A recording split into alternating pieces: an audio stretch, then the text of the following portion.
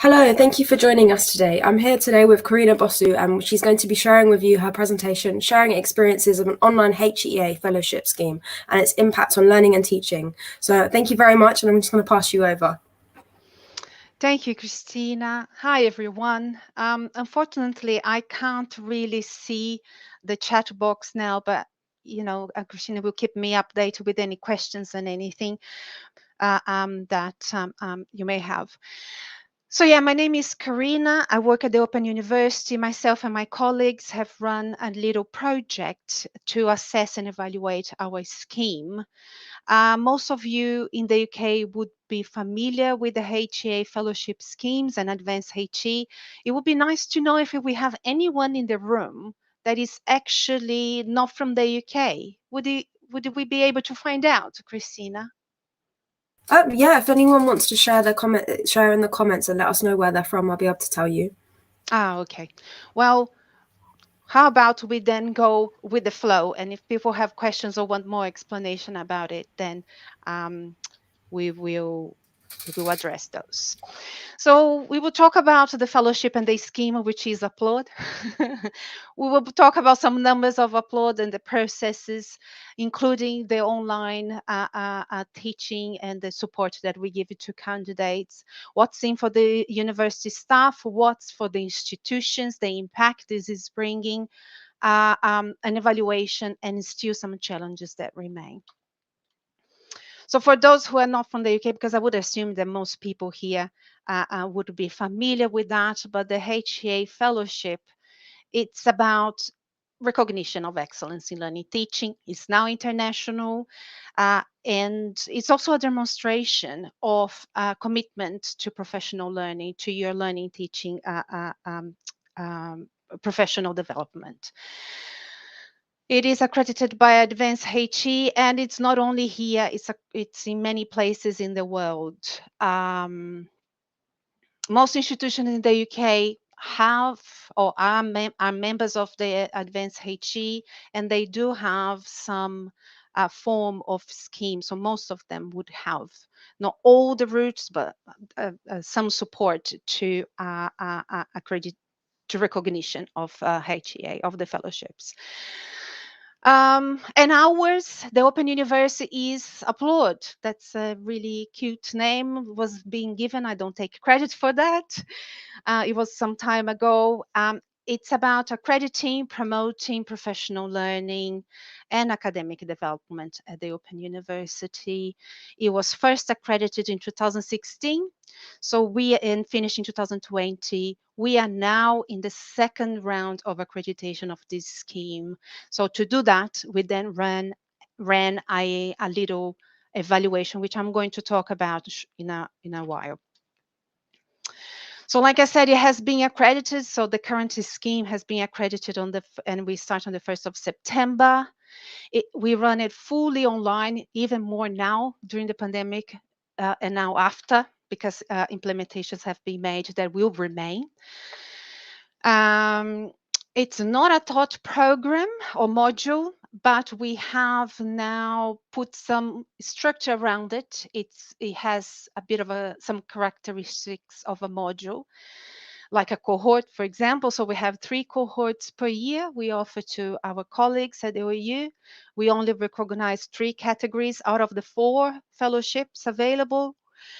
We have very similar set of paperwork that needs to be submitted, similar to Advanced HE, except that we add one that's a mapping tool, which is a document that candidates map their examples of practice and the main claim. And candidates are supported online by an individual mentor. We also have a website, we have resources and workshops that we run for each cohort. Who can register? We are open to all academic related, which is the professional staff, and associate lecturers who are our tutors. As you may know, the Open University is a large institution, it's a very big institution, and that also reflects the numbers of that we work with. For example, just for you to understand, like just associate lectures, which our tutors, we probably have over 8,000 associate lectures, which work part-time, full-time in many capacities. Here are the numbers of upload from last year, from last academic year, which closed the 31st of July. And in total, we were able to accredit 135 colleagues. And, amongst these all categories, including principal fellow, we can't do it within the scheme, but we can support and help them go through and submit via Advanced HE. Like I said, it's a large scheme. We can have per panel, around the last panel, we had 53 submissions. 10% of that are returned for further development, so the majority gets through. But it is a large scheme, and to support that, we need trained mentors, and we have over 100. I just finished a mentor training this morning. 12 more will be added to the team. So we have over 100 trained mentors. We have the panels that we run in-house as well, with 25 trained assessors. In cohort 3, that is now going, it started in August. On the 1st of August, we have 72 candidates, and cohort 4 registrations will close today, and we have 127 candidates. It doesn't mean that everybody will submit, but these are large numbers that we have to manage, assess, accept or reject, pair with a mentor, and provide them the support they need, the workshops and everything. So the admin work around that is quite heavy, but again, we manage that through a system that has recently been developed for the upload, on top of the other resources we have, which is the same thing as other institutions may have to support the online staff and students that they have. What's there for individuals? Why would individuals be interested in getting a fellowship of the HEA through the Open University, for example, through online systems, which is can be a bit distant? It can be an isolating experience for some of them. Well, it recognizes their expertise in teaching. It's also something that's recognized outside the UK. Now it's recognized internationally. It helps some candidates in their promotion and career progress. It provides an opportunity to reflect on practice, which many of us don't really have that opportunity in our daily practice. It's really hard to find it these days, opportunity to really reflect on anything. Opportunity to discuss that with others during the workshop, for example, and with a mentor. Affirmation of their professional identity, and also it's an opportunity to join a bigger community of colleagues around the UK and internationally. Now, what's in for the institutions? Why would they encourage more and more people to register or to get their HEA fellowship? And that's one of the things we are dealing with right now, is that obviously you can see that there is an opportunity it creates opportunity for colleagues to engage in professional development and reflective practice, more engagement with the scholarship, and this really is the case of Upload. So people are more aware of the scholarship of learning and teaching. And also we create not only a database of examples of good practice, but awareness of teaching principles and practice.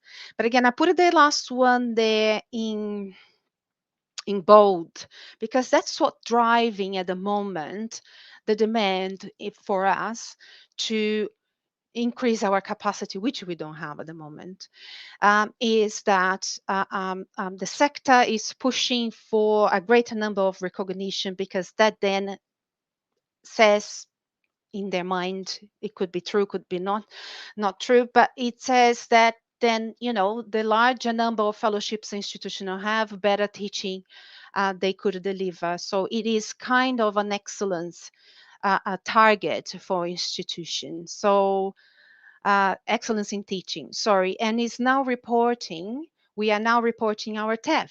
All the institutions are doing that. So we're reporting our teaching excellence framework, the number of HEA recognition. So that has created, that in other factors has created a demand, an increase in numbers for HEA recognition. So in preparation for the accreditation of Applaud, which happened last year, we ran a little evaluation of the scheme to find out what was going on, if people were happy, and how we can improve. So we sent this survey to over 400 participants, and they were all completed. So they have been all successful fellows of the HEA. 107 responded to our survey, and these were the results. 81% had a positive experience, believe that Applaud has had a positive impact on their practice, which is great. They were happy and positive about the support they received, because, like I said, mentees, candidates have an individual mentor, and we have, workshops and websites and resources that can help them. Some indicated that they now have a better understanding of the UK PSF, which is very good. Others feel more confident in their role as teachers and supporters of learning, which is fantastic to hear. There has been also a more confident, candidates said that they were more confident to undertake the scholarship of learning teaching. And in general, they have had a positive change to their practice, which is fantastic results. We were pleased to see those. However, we also received good feedback to implement some changes and what we could improve in future offerings of these schemes. So some candidates then said that they were having difficulty, so it wasn't good for everybody. Time commitment was a problem. So time available for them to commit to develop a claim was really one of the issues. Some of them found that the website was a bit tricky, so it was a bit hard to find information there. Others needed more clarity about the format of the application. And some had problems with their mentors, which you might imagine that, it could happen once you are managing a larger scheme with lots of mentors and candidates active at the same time. So we had all difficulties there, but it was really good to know. And we have tried to address some of those challenges there. Some are areas for improvement are the website. Obviously, we have revised the website. Not sure if it's still provide the clarity, because the content is heavy, but it needs to be there. That content needs to be there. We have others believe that we need more guidance and examples there for candidates, and simplify the mapping tool, which we tried. We still need to evaluate how successful that was. And for those who left some comments, we put it here for you to have a look. That one candidate mentioned that we should bring the scheme more aligned with other HEA schemes, accredited schemes, which we have, because we had a contextualized UK PSF called Applaud Principles. So we now have we use the original UK PSF. And others also asked for a clear time frame, better structure around the delivery of the scheme. And that's what we try to do as well. So we implemented cohorts in this new accreditation of the scheme. We also undertook some interviews, and in the interviews we got some of the elements of the survey being confirmed, and others were not really expected, which is always good when you run a little evaluation. So one of our candidates said that he or she realized that by working in a team and a larger team and engage everybody, that it would have an impact on student experience through Applaud. Another one has mentioned that has helped in future job interviews because the reflection on practice helped he or she be more confident and prepare for what was about to come. And the bottom one there is also an evidence that a reflective practice, we do not always have time for that. It's something that helps us all to improve our practice and think about the things that we do and why we do in this way. Yes, so we were pleased to hear that people have benefit from engaging in this type of recognition, because yes, it's recognition of practice, but it has an element of professional development there, which we are very pleased to continue and to know. So the new scheme now, the current scheme has now 3 cohorts per year. It's more structured. We have a greater engagement with faculties, and it seems like it's having positive impact on candidates, mentors, and reviewers. So the feedback we receive from them, it's mostly positive. We also have increased completion rate, which was really good. So we moved from 20 to 30 to 70 to 80% of completion by having a structured and more workshops, dedicated workshops for each cohort. We have high attendance at the workshops, which is really good. Reviewers have commented that their submissions are now stronger.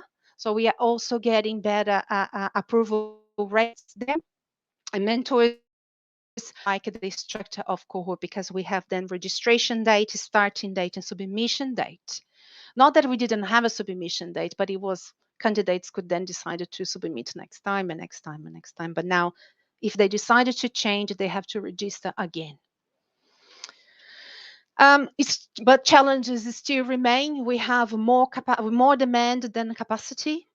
So it could be that we created a problem that wasn't there. Who knows? By blocking into cohorts, we create a demand.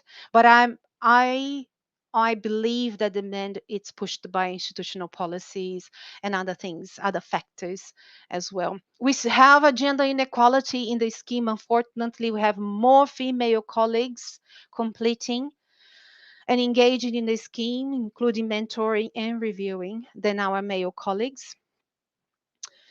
Our system is still being developed.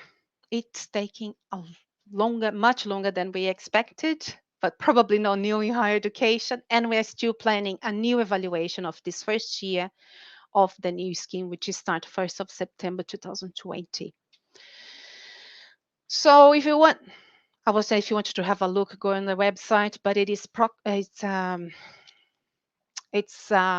behind network firewall, sorry. But you can contact me through my email or the Applaud email, and we could have a chat if you want to know more. But also would be nice to hear what you think. If you have any questions about the scheme and how we run it, the equipment we use, the technology we use. That's all for me now, and would like to hear more from you and continue this discussion. Christina, can I stop sharing so I can see things there? Sorry, Oh, yes, you can stop sharing. We've got one question that's come through already for you, so I've just brought that on screen. Do you support any learning technologists or other learning non-teaching staff of the Applaud programme? If so, does their feedback differ from staff with teaching responsibilities?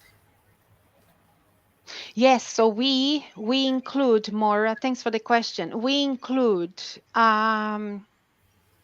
basically everyone engaged in supporting learning and teaching.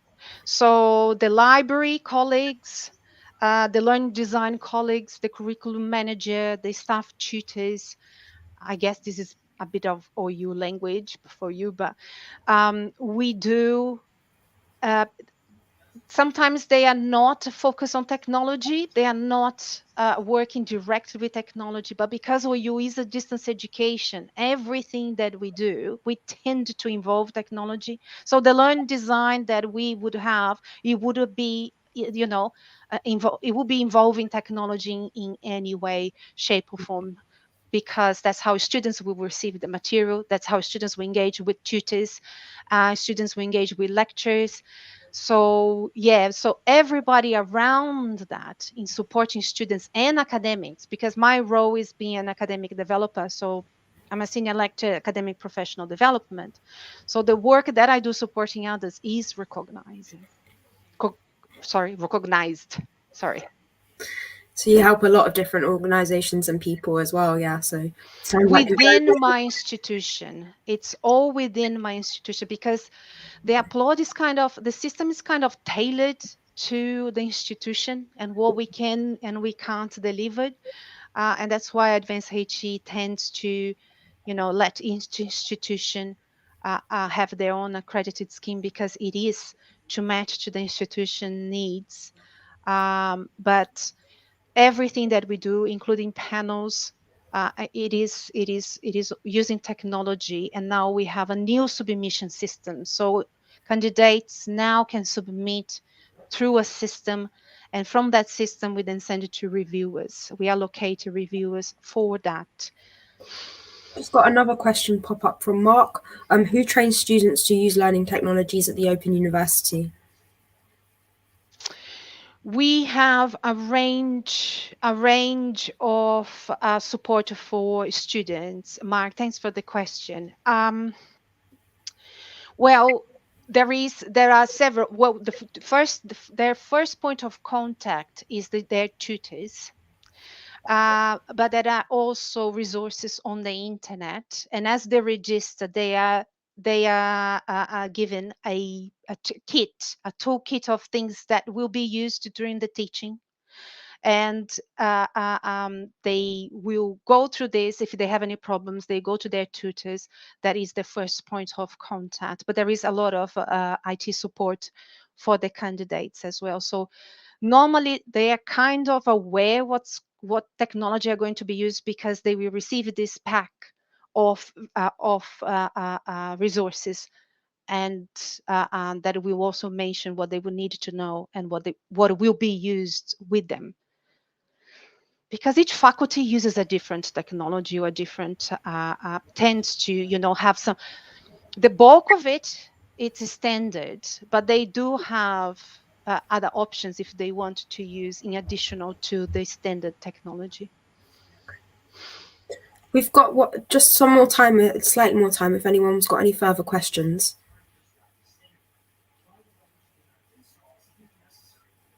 Just see if anyone pops any more questions in the chat. We've got 1 minute left until we've ended our session. So thank you all for joining us today. It's been excellent.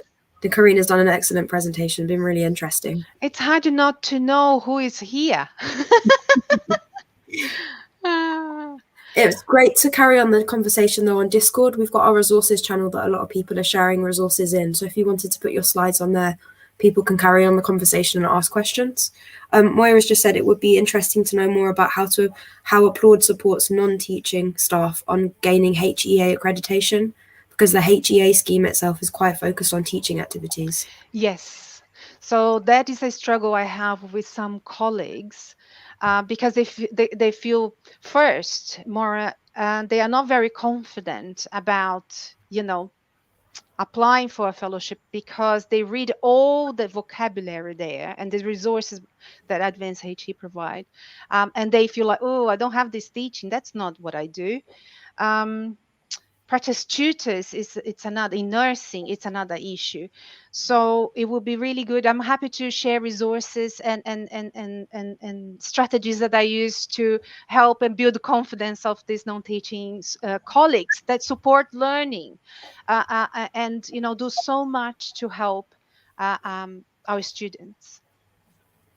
Perfect. Thanks, Carina. We've just come to the end of our time slot. So I'm just going to say thank you very much. It'd be great if you could share those resources with everyone. Yes, definitely. Thanks, everyone. Thanks for joining me today. And thanks, Christine.